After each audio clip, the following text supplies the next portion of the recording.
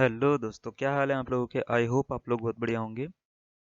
मैथ्सतान official में आपका फिर से बहुत बहुत स्वागत है। आज हम डिफरेंशिएशन का एक और पार्ट के साथ में आपके पास में लिखकर आए हैं एक और नई वीडियो, जिसमें हम केवीएस पीजीटी मैथमेटिक्स के कोर्स के ऊपर बात करने वाले हैं और इसमें फ्री कोर्स में हम डिफरेंशिएशन का आगे का पार्ट करने वाले हैं।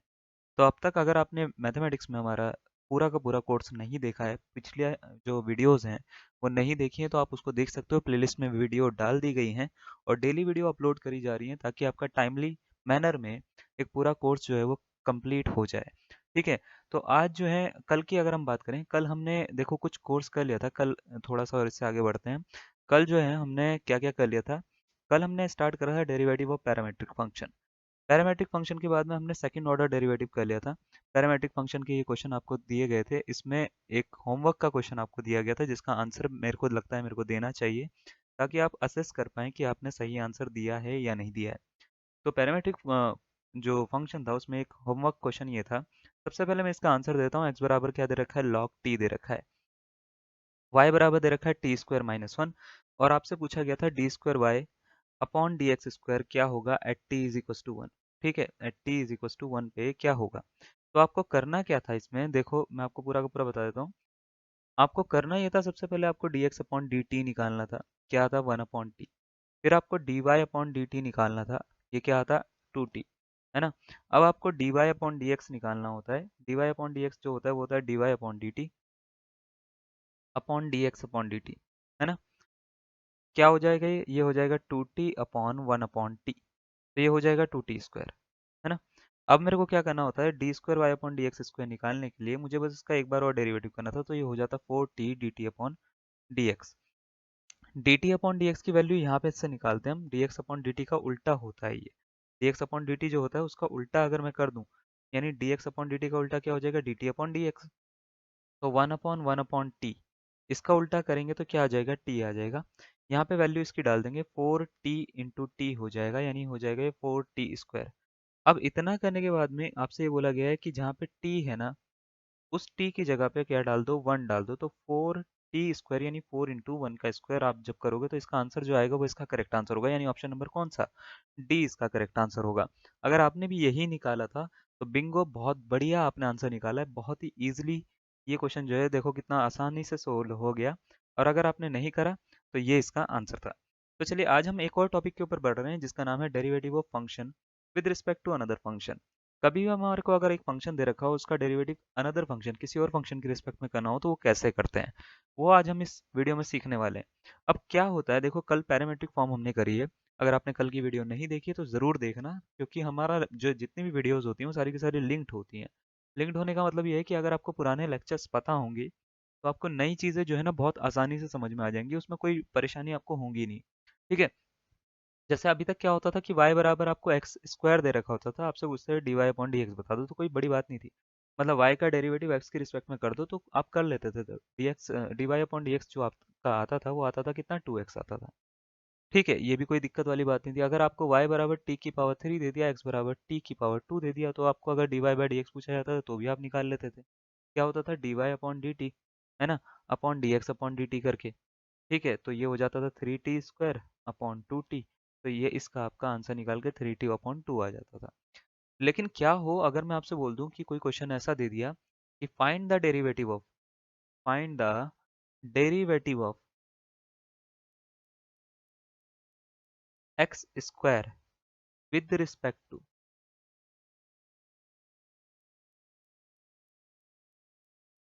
ई की पावर टू एक्स।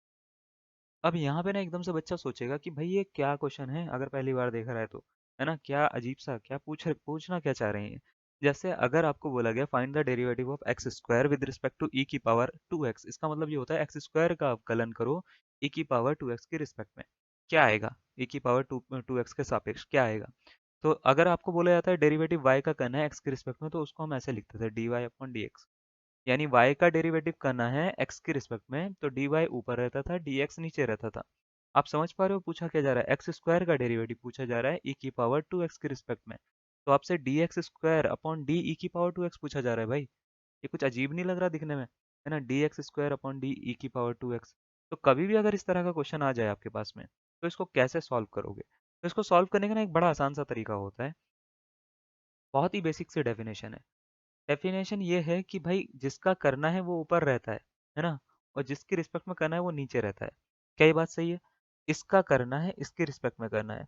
ऐसे करूंगा तो बहुत ज्यादा टफ लगेगा, लेकिन एक तरीका और है इसको करने का। तरीका क्या है? तरीका देखो ये है कि जब भी आपको जिसका भी करना है, जिसका करना है उसको मान लो यू। किसका करना है? एक्स स्क्वायर का, है ना। एक्स स्क्वायर का करना है तो इसको क्या मान लो? यू मान लो। किसकी रिस्पेक्ट में करना है उसको मान लो v। तो किसकी रिस्पेक्ट में करना है? e की पावर 2x की रिस्पेक्ट में करना है। बड़ा आसानी से सुनना। अब मेरे को ये दिख रहा है क्या कि मेरे को u का डेरिवेटिव करना है, किसकी रिस्पेक्ट में करना है? v की रिस्पेक्ट में। तो क्या मुझे du अपॉन dv निकालना है? जैसे y का डेरिवेटिव x की रिस्पेक्ट में करना होता है तो dy अपॉन dx निकालना होता है। तो u का डेरिवेटिव v की रिस्पेक्ट में करना है तो du अपॉन dv निकालना है क्या मेरे को? तो आप बोलोगे हाँ सर, लग तो ऐसे ही रहा है जो आप कह रहे हो ठीक ठाक, है ना। तो अगर ऐसा निकालना है तो हमारे को ना, हमने ना एक वो पैरामेट्रिक फॉर्म जिसको हम बोलते थे, पैरामेट्रिक फॉर्म में क्या होता था कि अगर मेरे को दो अलग अलग वेरिएबल का डेरिवेटिव निकालना है तो इसको हम इस तरीके से d u upon d x upon d v upon d x करके सॉल्व कर सकते हैं, है ना। तो हमारे को करना क्या है? डी यू को डी एक्स से डिवाइड करना है, डी वी को डी एक्स से डिवाइड करना है, और इसका आंसर बन जाएगा। अब इसका मीनिंग क्या है?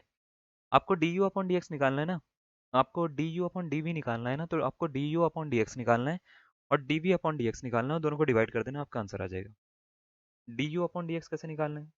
देखो एक्स स्क्वायर का क्या होता है? 2x। D v upon d x क्या होगा? ई की पावर 2x का, तो 2 e की पावर 2x। अब d u upon d v निकालने के लिए क्या करेंगे? यानी इसका मतलब यही है कि एक्स स्क्वायर का डेरिवेटिव e की पावर 2x के रिस्पेक्ट में निकालने के लिए, यानी d u upon d v निकालने के लिए, d u upon d x को किससे डिवाइड कर दो? D v upon d x से।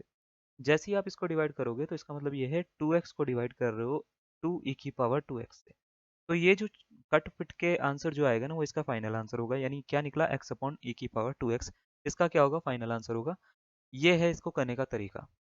बात समझ में आई? एक क्वेश्चन और बताता हूँ आपको। जैसे मान लेते हैं अगर आपको बोल दिया जाता है इफ नहीं, find the derivative of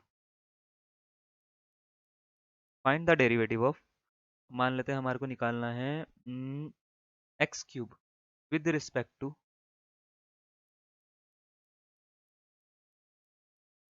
x की पावर 9। ठीक है, इसको करना है हमारे को। अब इसका डेरिवेटिव क्या आएगा? तो ये करने के लिए आपको देखो, जिसका निकालना है उसको क्या मानो? u। ठीक है, किसका निकालना है? एक्स क्यूब का, तो इसको क्या मान लो? u, x cube. जिसकी रिस्पेक्ट में निकालना है उसको क्या मान लो? v, तो x की power 9। D u upon d x निकालो भाई सबसे पहले। D u upon d x क्या हो जाएगा? 3x square. D v upon d x निकालो, निकाल लिया, तो 9x की पावर कितना हो जाएगा? 8। दोनों को डिवाइड कर दो।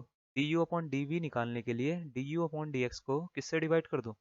D v upon d x से डिवाइड कर दो। जैसे ही आप डिवाइड करोगे तो d u upon d x है 3x स्क्वायर, ये है 9x की पावर 8। तो इससे इसको काट दो, 3 × 1 = 3, 3 × 3 = 9। इससे काटो, कितनी पावर बच गई? 6 पावर बच गई यहाँ पे।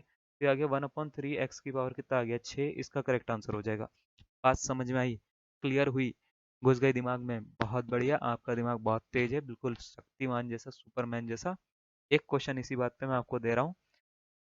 करना ये है, देखो तरीका ये होता है हमारी हर क्लास का, जो कोई नया बच्चा भी जुड़ रखा है, तरीका ये है कि क्लास में मैं क्वेश्चन दूंगा, 4 ऑप्शन दे रहा हूँ मैं आपको क्वेश्चन के। आपको करना ये है, मेरे से पहले सॉल्व करना है।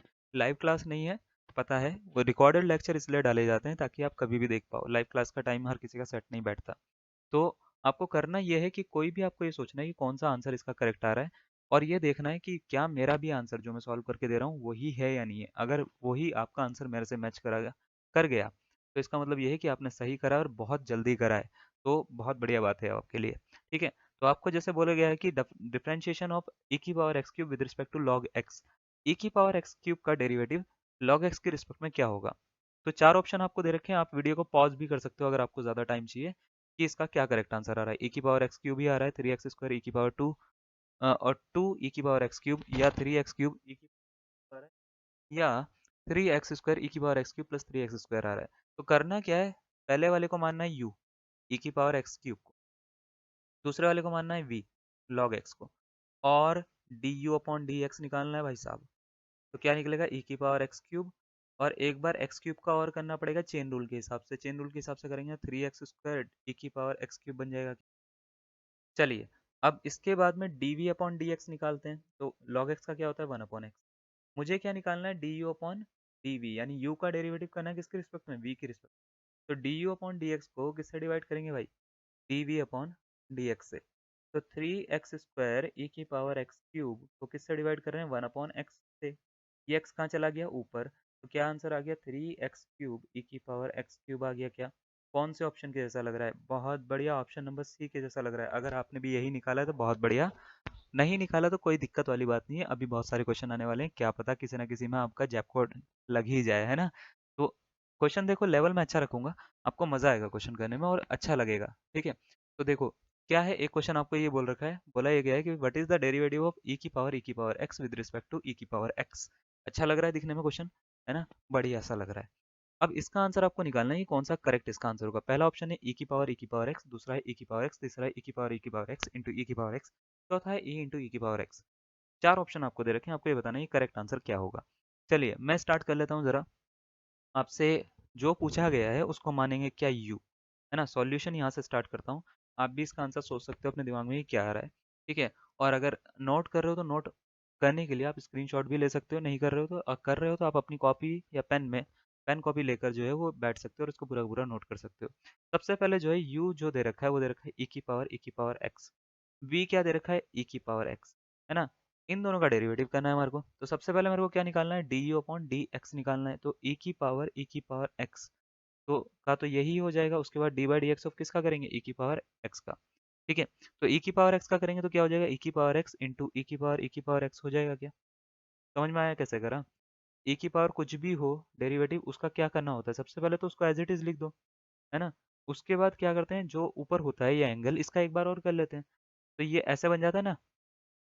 वही काम सबसे पहले वाले में करा है मैंने, सबसे पहले तो उसको एज इट इज लिख दिया, फिर जो ऊपर वाला एंगल था ई की पावर एक्स उसका एक बार और डेरिवेटिव कर दिया, तो वो ऐसा बन गया। अब मेरे को क्या करना है, d v upon d x निकालना है भाई। तो ई की पावर एक्स का क्या होता है, ई की पावर एक्स। उसके बाद मेरे को क्या करना है, उसके बाद मेरे को निकालना है d u upon d v, तो ये होता है d u upon d x, और इसको डिवाइड करते हैं किससे, d v upon d x से। तो d u upon d x कितना होता है, ये होता है ई की पावर एक्स इंटू ई की पावर एक्स। इसको डिवाइड किससे करना है, ई की पावर एक्स से। काट दो इसको, तो क्या हो गया ई की पावर एक्स। कोई ऑप्शन में है ये, तो आप बोलोगे हाँ सर ऑप्शन नंबर ए में है। ए इसका करेक्ट आंसर, अगर आपने भी ऐसे ही निकाला है तो बहुत बढ़िया, सही निकाला है, बिल्कुल सही जा रहे हो, ठीक है। चलिए एक क्वेश्चन और करके दिखाई दीजिए फिर इसी बात पे, अगर आपने ये कर लिया है तो। आपसे बोला गया है what is the derivative of sine square x with respect to cos square x.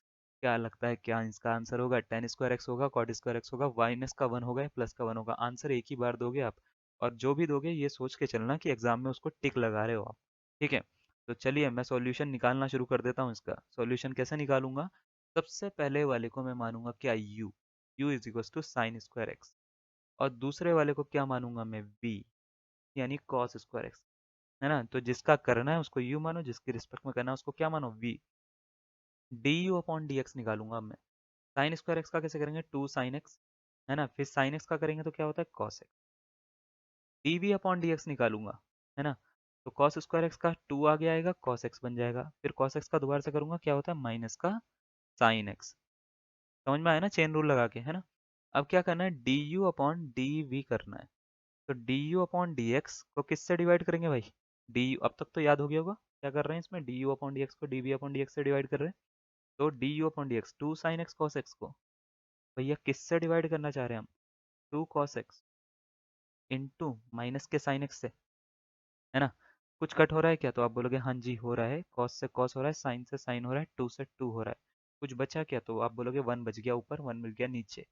तो वन अपॉन एक माइनस नीचे बच रखा है माइनस का वन, तो आंसर कितना आ गया, माइनस का वन। था किसी ऑप्शन में, ऑप्शन नंबर सी इसका क्या हो जाएगा, करेक्ट आंसर हो जाएगा। क्लियर हो रही है बात, समझ में आ रही है या नहीं आ रही है, ठीक है। तो अगर मैंने कुछ भी बोल दिया, जैसे मैंने बोल दिया कि मान लेते हैं what is the derivative of cos x with respect to with respect to e raise to power cos x, है ना। तो अगर मेरे को ये करना होगा तो क्या करना पड़ेगा, पहले वाले को क्या मानूंगा u, दूसरे वाले को क्या मानूंगा v। तो पहले वाले को cos x को क्या मान लूंगा u, है ना। और दूसरे वाले को क्या मान लूंगा मैं, v। तो v किसको मान लूंगा, e की पावर cos x को। एक बार इसका डेरिवेटिव करूंगा यानी du अपॉन dx निकालूंगा। सबसे पहले cos का क्या होता है, माइनस साइन, ठीक है। dv अपॉन dx निकालूंगा, फिर e की पावर cos x को ऐसे लिखो, है ना। फिर